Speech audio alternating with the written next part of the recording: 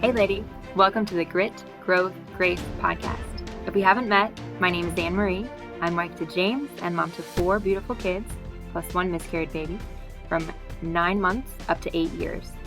My hope is to help other women experience the postpartum period, all the way up through the first year of baby's life, as a time of grit, growth, and grace.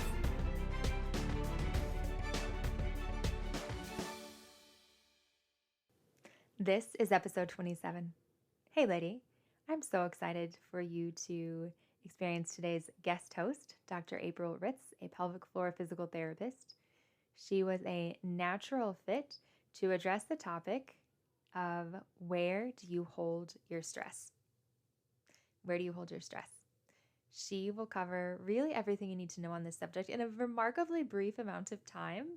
So this would be an episode worth maybe not doing something else at the same time. Maybe actually having a notebook and a pen available to write some things down, because she has a wealth of knowledge. She's so competent and she explains things really clearly. So I hope you love this episode. It was a real gift for me to have her share her experience and knowledge. So without further ado, my friend, Dr. April Ritz. Hello, this is Dr. April Ritz. I am a pelvic floor physical therapist that specializes in treating men, women, and children with any pelvic floor issues.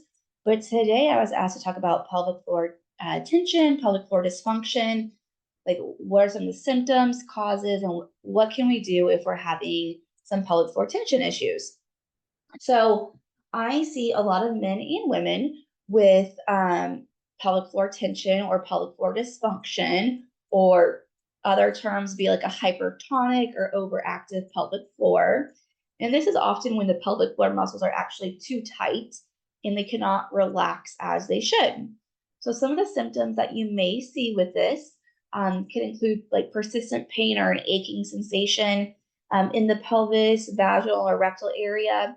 But it can also be in the low back, the low abdomen, or even the hips. Sometimes the pain can radiate into the groin, the butt, or the thighs. And depending on what's causing it, sometimes prolonged sitting can make the pain worse, but not always. Often people with pelvic floor tension will also have some other complaints besides pain.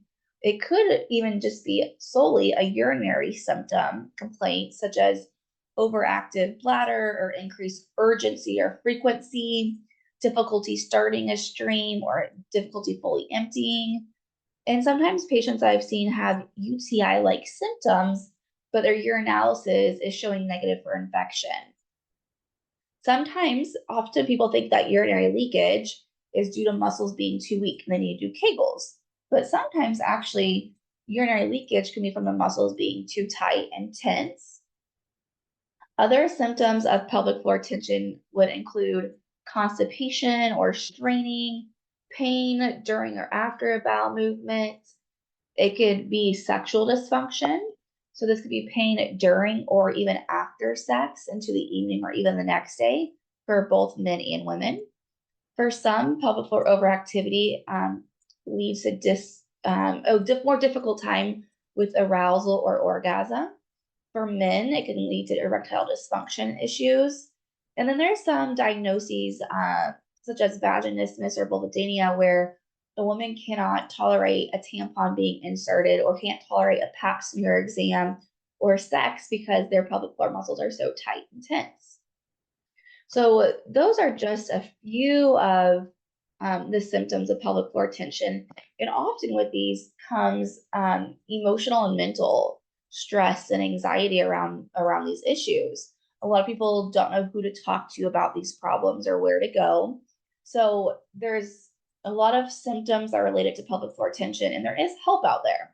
So before we talk about what to do, let's talk about some of the potential causes of pelvic floor tension.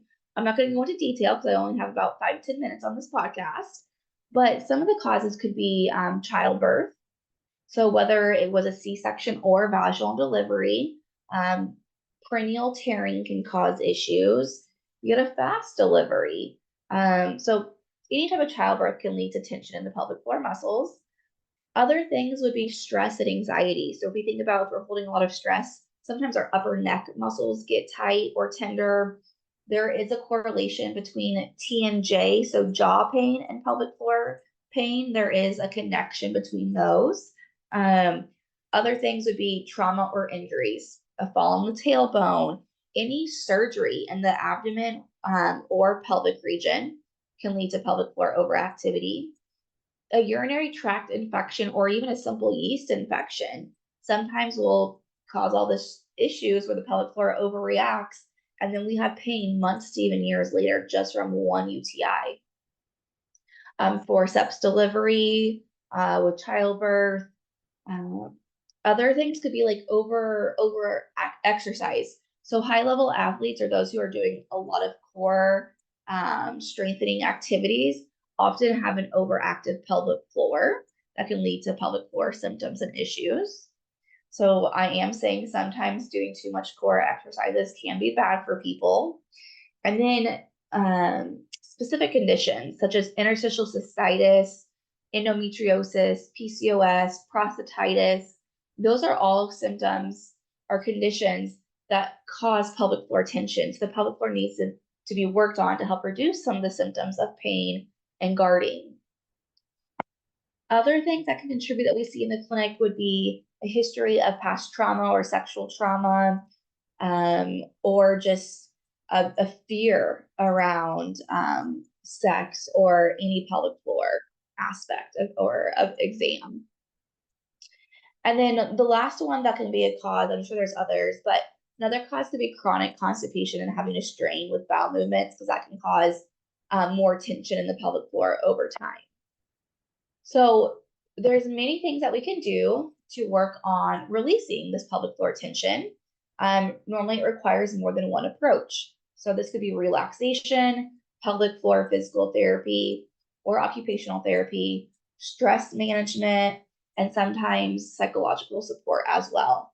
So some tips that you guys can start doing at home. A lot of women are dealing with these issues, so you're not alone if you are.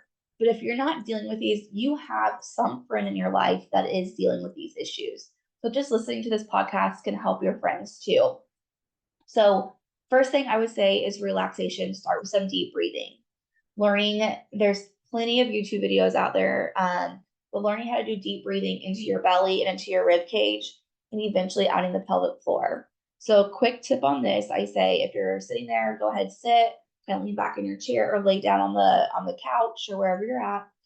And you're going to start with an inhale. So I say smell the flowers, breathe in through the nose for 4 seconds as your belly and ribs open.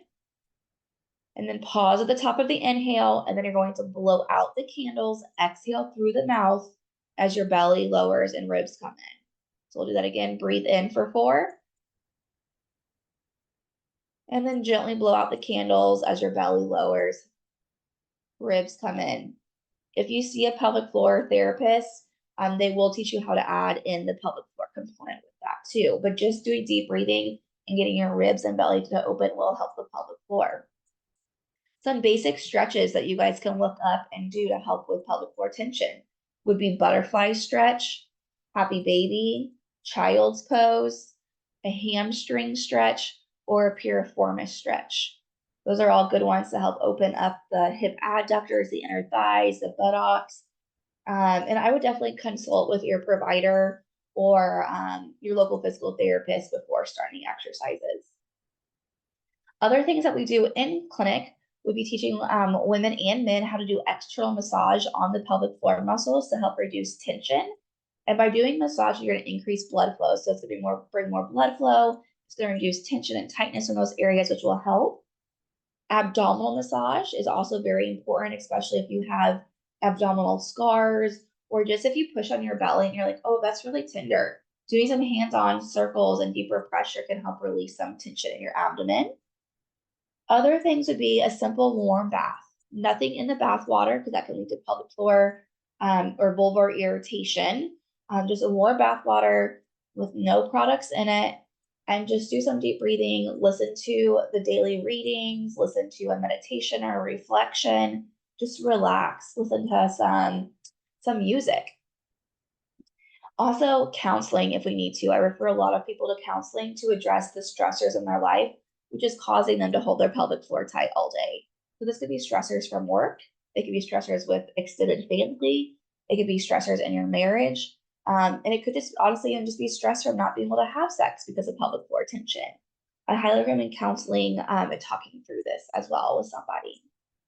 And then, of course, last thing I'm going to recommend is finding a skilled pelvic floor physical therapist in your area that will do both an external and an internal vaginal exam for women. For men, it would be an internal rectal exam.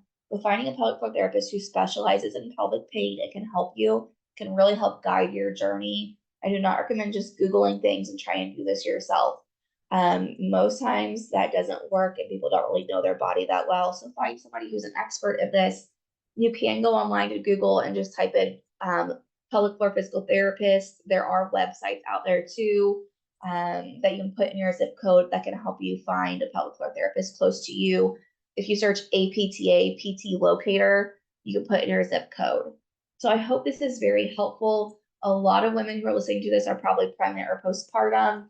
Um, Most women postpartum do end up actually having some pelvic floor overactivity that they don't even really realize until they start having symptoms or it gets worse. So definitely see a pelvic floor physical therapist if you are. I recommend it during pregnancy and postpartum, but definitely if you are postpartum, I say all women need to be seen for at least 1 to 2 visits. So I hope you find this helpful. Reach out to me, April Ritz, pelvic floor physical therapist with Effingham Pelvic Health and Wellness. And we do have a YouTube channel with some breathing, meditation, relaxation work. And you can follow us on Facebook as well. Reach out to me if you have questions. Thank you. Thanks so much for listening to this episode of the Grit Grows Grace podcast, lady. And while I'm mentioning the name, the next couple weeks, I don't know how much recording is going to be going on because there are a couple things that I'm focusing on over the next month or so. One of them is re-recording the intro to reflect the postpartum on purpose name for the podcast. I think that's easier to remember than Grit Growth Grace. Postpartum on purpose for most people comes, I think, fairly easily. Grit Growth Grace, people tend to get tongue twisted on, is just what I found in public. So that's going to be one thing, re-recording the intro, and then I'm planning to get this onto YouTube. Still no video because I'm still sitting on my bed to record it in my house. So there's no video just yet, but hopefully getting an audio version onto YouTube that'll be a little bit more accessible for some people to access. And a couple of other things that I would like to work on with the website as well. So I'm not sure exactly how much new content will be recorded. I have one other friend who's hopefully going to get a guest episode recorded for me. And whenever that is available, I'll get it to you. But in the meantime, I will put in the show notes for this episode the ways you can connect with Dr. April Ritz at Effingham Pelvic Health and Wellness, her practice. And then also, I'd love for you to head on over to postpartumonpurpose.com so that you can get the emails and then also the guide on there for how to build your grandma tribe. That is the hill that I will die on every day. That we need to know how, as moms, to get help, especially when our families are not able to help us. And a grandma tribe is the very best way that I have found to do that. So, I'd love for you to head on over to postpartumonpurpose.com and sign up for those there and get your free guide. And then the last thing is, I want to know what other topics you want to hear about. I have some thoughts on getting a lactation consultant to talk about mastitis. I have some thoughts on getting C-section moms to talk about what they learned and wish they had known ahead of time. What would have been good heads ups for them. A mom of twins, I think it'd be really neat to have her do a guest episode. There are a couple moms of twins that I know of. So will you just let me know either in the contact form here or over on Instagram at Grit Growth Grace? No, it's actually at Postpartum on Purpose. I changed it. I just changed it. So at Postpartum on Purpose, will you just let me know what else you want to hear about so I can be thinking and preparing guests for that? All right, over now. Bye.